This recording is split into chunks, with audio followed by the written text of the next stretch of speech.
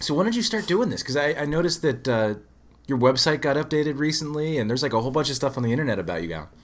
Well, I've been trying to work on that. That's good that you've actually seen there's actually a little bit of buzz going. I've been working at this project since probably about last October. Okay. That was when I kind of had the inspiration. I've been using a standing desk for now, probably a year before that. So I'm coming up on 2 years on a standing desk, and it was just I wanted something that I needed a portable standing desk because I wanted to go travel the world. I've got dreams of working from anywhere in the world and being like in a little hostel on the beach in Fiji or doing something else. And I realized I just can't sit down at all. I work even just a day at a coffee shop, or even sometimes working at the tech shop on the computers there, seated. I'm in too much pain, so I invented a standing desk I could bring with me. Yeah, because I was watching a startup meetup Hmm. video that you did, and yeah, you were saying that you had a bunch of back pain, and so that's when you got into the standing desk, using a standing desk, and like within a week you were better. Yep. Yeah, I've had issues with my body since I was about 24. I went into Aikido and I was a live-in student actually, and ended up going way overboard. I tend to be a passionate person and kind of driven, and I decided to do. I figured like, well, going from like 2 or 3 times a week to like 8 hours a day for a month. I mean, that's not a What could problem. go wrong? Yeah, and what could go wrong? And so I got tendonitis in my knees really badly. Oh, So I spent 2 years rehabilitating from that, and then um, I kind of got my health back to where it was, and I was feeling better and everything. But then, when I moved down to the Bay Area, I started actually playing too much World of Warcraft on a coffee table, which is not the ergonomics are the worst possible, and spent way too much time hunched over the laptop, and my back just started like being destroyed because years after that really yeah. to kind of get myself back together, and the standing desk was really one of those things I tried out of desperation, and it was the most effective out of almost everything, even physical therapy. Amazing. So you get into standing desks, and then about a year later, you're like, hey, I need to make a travel standing desk because Yep. I want to go to Fiji. Although I don't know why you'd work in Fiji, but that's totally different story. Because I don't want to go for a week. I want to go for months. I want to go travel the world. Like I have this dream of traveling around the world and working from everywhere. I mean, with our internet culture, it's like I've been doing internet businesses since I was in college, and so I want to be able to work from anywhere, and that's why I wanted to bring it with me. Good point. All right, I can say okay, that's cool. So Yep. you design. So how did you start designing the standing desk? I mean, because you've been using a standing desk, but now you have to go portable. So what were some of the first things you did to start prototyping and making this thing? Well, I mean, pen and paper. That's an inventor's favorite first step. Really bad stick drawings of people and like triangles and ideas. But I had this idea that, well, you know, something that has to be brought with me needs to be supported in some way. And so I could hijack the, additional structure of a wall or a door to be able to put something there. And I figured, well, if I just kind of hang it in some way, and so I started drawing and talking to a couple, friends of mine who are in my mastermind group, which is an incredible support group for entrepreneurs that I've created, and it just kind of started to evolve. And then I know how to sew, and so I went to the fabric store and started looking for materials and started sewing things together, and prototype after prototype after prototype. Here I am 8 months later. And the tech shop came in very briefly after that beginning stage. I found that about 2 months into the development stage, and then that just exploded everything because I met so many incredible people and so many, had so much access to all of the tools and technology that they have. Awesome. So did you when you were going through this process, did you get a lot of feedback, go out to people and say, hey, here's what do you think? Or was it just, like it was your vision, you built it, and then it kind of worked out? How did you know that this was going to be a great hit? I mean, obviously it's a hit, but Hmm. Well, feedback is a really interesting thing for entrepreneurs and anybody. It's the feedback can be a blessing and a curse. in so many ways. And so, yes, I definitely took certain feedback. I mean, I went through the provisional patent process before I even started kind of talking about it, which I think was a little bit overboard. I think no one's out to steal your idea. In fact, it's hard enough to develop an idea on any level. No one really is going to go through that much work. The idea is the simple part. It's the execution that's the really hard part. But then coming with feedback, it's really difficult because everybody wants everything. And if I make a Swiss Army knife that fits everybody, it doesn't fit anyone. Yeah. And so I kind of took the idea of, it's like, well, you know, I'm not Apple. I know I'm not going to be able to create the perfect thing that everyone's going to love without any feedback. Or, I mean, I'm sure they even get feedback, but like, they just ignore it.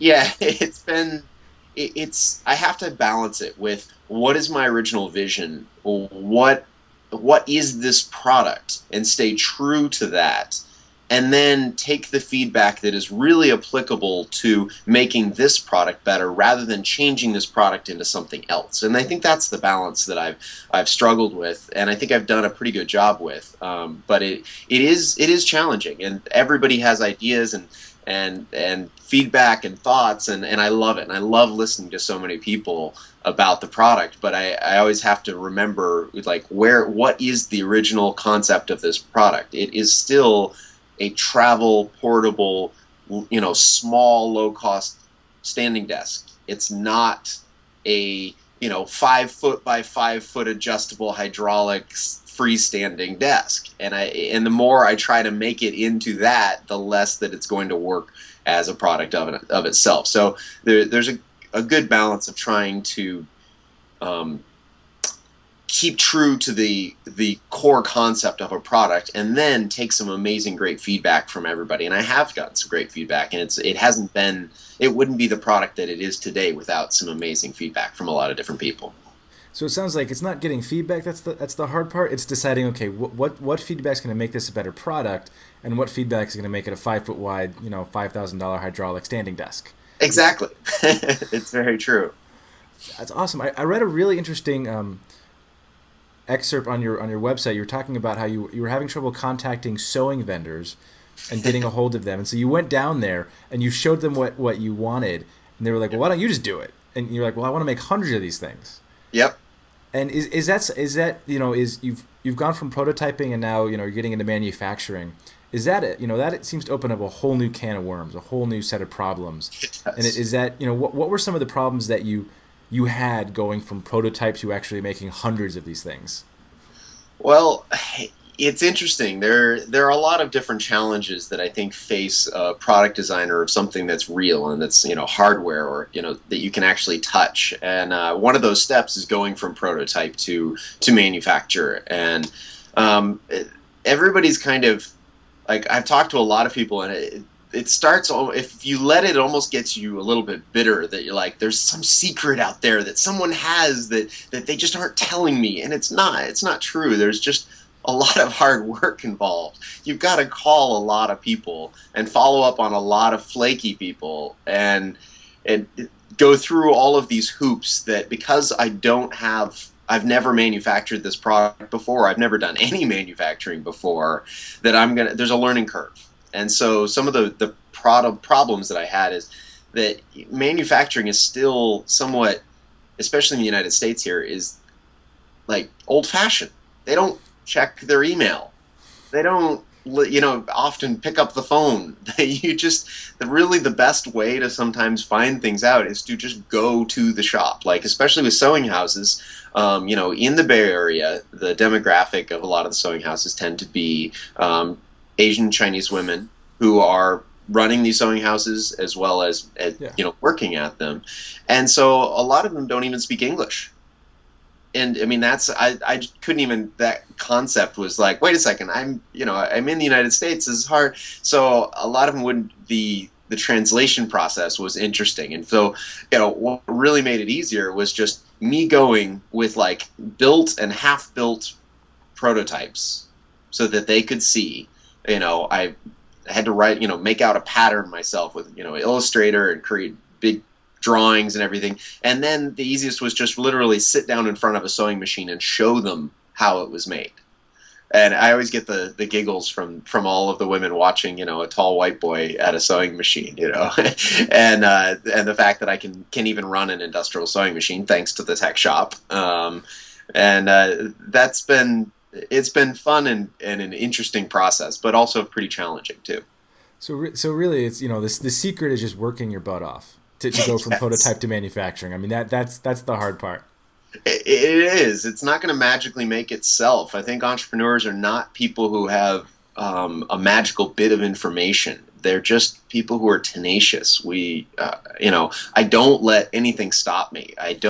There's no problem that I don't think I can solve, which is, I guess, very arrogant, but it's the secret to the thing. And I usually will also realize that I may not have the knowledge myself. And I'm, hopefully wise enough to ask somebody and to get advice and to be able to find that information. But I don't let the lack of knowledge or skills stop me. And that's, I think, the core to any good entrepreneurs. They just go after it.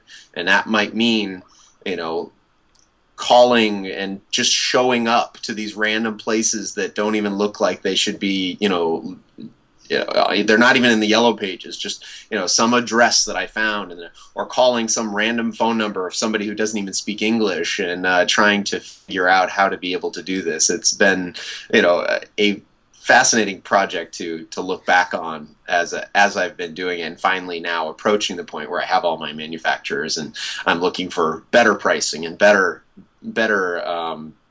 sourcing and all of those things too. Very cool. So when you started manufacturing, did you change your design at all to make it easier to manufacture? Did kind of that feedback help make a better prototype? I think yes and no. Designing without the idea of manufacturing is a wonderful concept, and I recommend designers to just ignore the fact of what can be manufactured and just design with the sky is the limit, because there's so many times where I've made decisions about my design based on what I thought I needed to do for design or everything like that. And it's better to just create it and say, okay, if I had the perfect thing, this is where it is. And then go backwards a little bit and figure out how to get there and what are the assumptions that I've made along the way that I need to deal with. As for the Ninja Standing Desk design, there were a couple things. I had just recently, literally a week ago, I changed the dimensions of it for a very specific reason. It's I found a manufacturer that is able to it's a tent pole manufacturer, and allowing me to get the poles pre-manufactured with inserts and anodized and lighter, and it was just too big of a bonus to jump. Instead of me cutting all of the piping and tubing and deburring it and doing all that myself, this tent pole manufacturer was great, but to get the price, I had to make my desk 2 inches bigger than it was. And this was a day before I sent all of my materials to the cutting house that I found out about these people. So I had to end up, I'm overnight me a sample. I want to try this. And I just took a big risk and went to the cutting house and said, okay, I'm going to design this for 26 inches. And at worst, I'm going to cut poles that are a little bit longer myself and do everything just the way I was. But now I'm going to do this just in case this is the best thing. And it worked out fantastic for me. So there was a lot of risk. And sometimes there are those last minute changes, even up through production. And I think that even my first production run, my plan is to do it local here in a small way so that I can actually test this out, get these desks to people, and make sure that it's actually going to work instead of just standing on my wall, that it actually gets out to a certain very small number of people, just to make sure that these desks are actually working. And if everything's going great, then I can go a much larger scale production. Do you think at some point if you go large scale, you'll have to move it overseas just for cost and volume, or do you think you can still make it in the States? It's hard. I would love to make it here in the United States in every way that I can. My price point is right now okay. It's running a little high for what I need it to be. So I'm not going to rule it out just for the economics of things. Yeah. But because it is very challenging to make stuff in the United States, it's just even getting all of the suppliers on one page and getting your timeline together. It's difficult. I don't know if I'm going to be able to continue doing that. I really would love to if I could possibly do it in any way possible, but I haven't ruled it out either. And I do have a source that I'm going to once, but overseas there's a whole other challenge. I mean, tons of other challenges themselves, and one of them is scale. You don't go over to say, hey, would you make like 100 of these for me? There's no point in going overseas if you can't make 1,000 of them or 5,000 of them. Yeah, I've heard it has its own set of challenges, but yeah, it's interesting. It's like, if you want to make 100 or something, states are the way to go, but then once you want to make 20,000, it's a lot harder to do that here. I mean, it doesn't seem practical at points. So this is your first manufacturing business. You've run internet businesses, but this is your first actual like building something. So right. Was there something where you were like, oh my God, like the tools are available, like now I can actually build something, or was it just like, this is an awesome desk and I'm going to build it, and the fact that it's actual hardware, whatever, it's like, but it's so cool, I'm going to do it? Or did you see like, wow, like there's technology, the manufacturing's kind of come down, so I can do this? What was your thinking behind that? The idea drove itself. I mean, I've never been able to be a person who's like, go out and look for an idea to do a business. That's not usually how I've worked, and it's not how like, I don't know how other inventors are but ideas can be difficult. But this idea was just like, I've got to do this. I've got to make this for myself. And then because I'm already an entrepreneur by trade, I was like, oh, well, okay, here's my new business. This is it. I'm so excited about this. This is the dream. And then as soon as I started getting feedback, like some of my other businesses, it's hard. It's like, pulling teeth to get customers or clients or things like that. It's very difficult. This business, the people have been what have motivated me. The customers, people who have been like, this is an amazing idea. I mean, people came up to me at the Maker Faire, and whether, this is just one point of feedback. I don't know if I can completely agree, believe this or not, but people actually came up and said, this is the most innovative thing I've seen at the entire Maker Faire. And awesome. My jaw is just dropping, because I mean, that's like, telling the a parent that their baby's the most beautiful child on the planet. Of course, there's a bit of flattery and lying involved with that, but regardless, it has been the feedback that has been motivating me and keeping. So it's been all the idea that's driven itself to say, hey, this is going to become a business. This is something people want, because I tell them, and they just like they get so excited and passionate and want to help and tell other people, and that is when I know I've hit the right niche. And it's not by going out and seeing, oh, well, what niche should I be in today? It was having a problem that was relatable to me, finding a solution that was relatable to me, and then creating the business that went through that and connecting in with a community of people that are ready for a product like this. That's awesome. That is so cool. It is. I just every day I see somebody tweet or follow or share this and be like, I want this, give me, here's my money, take it, damn it. And I'm just like, oh, I can't, I want to, but I want to, I really do. And it drives me more than anything I've seen. It's amazing. So, I mean, obviously it's a really cool idea, but do you think part of it is that it's like a tangible product? Because you said, like earlier, it's like it was like pulling teeth to get customers, whereas this time it's like people are just throwing money at you. Is it the fact that it's physically there, it's tangible, something that they can touch and push and put up on a door, like it's a thing? No, it's all about tapping into what the market actually wants and starting to understand that. And every marketer and every internet business is trying to do that, and every website is trying to do that. And some needs are better than others. Some needs for as a business just work. Other businesses I've done, there might be more competition. There might be more, social stigma around something. I don't know. I mean, I don't really see the definition so strongly between a physical product and electronic product. They both changed my life in 1,000 ways. It's like I have no problem buying a computer program like OmniFocus that just completely revolutionizes my world. And I see that just in the same value.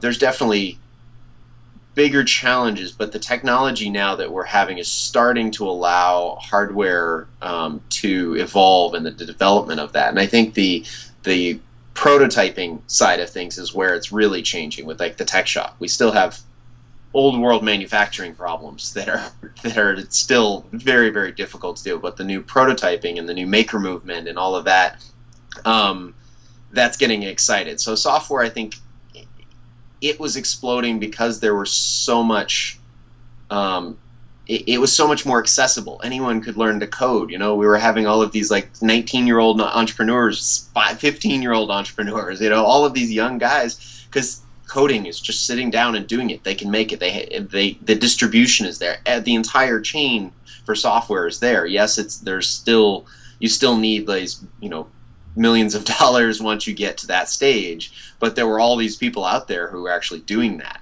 You know, with hardware, there are things, but they're a little bit more it's a little more risky, because hardware is not this thing that's intangible. It's something that you have to sink a lot of money into even before you get to the stage of creating, you know, two of them. Creating one of them takes a lot of money. And that's changed. And so I've been on a shoestring budget through Joann Fabrics and you know, going to the hardware store and everything else. But I realized that that's kind of the challenge with hardware is then, okay, now I've got to scale it. Oh well, it's not like I just go out and, you know, put it out on the internet and do it. It takes a little bit. It has its own set of challenges, but it's also extremely rewarding, because in the end of the day, I have something to show people, and that's cool. That's awesome. Well, thank you so much. I really appreciate taking the time to speak with me. Oh, my pleasure. We flew through that. Okay. It's fun. No, that's awesome. And you're launching on Kickstarter soon? Yes, I'm. So my plan here, and if everything goes well, I'm going to be launching on July 11th. Is going to be the planned launch date. Give a little bit of space from July 4th weekend and give people a chance to come back and get in the swing of things, and then launch it. So everything is pushing to that date. Awesome. We'll have to check it out. Excellent. Well, thank you very much. Definitely. Thanks. Take care. Take it easy.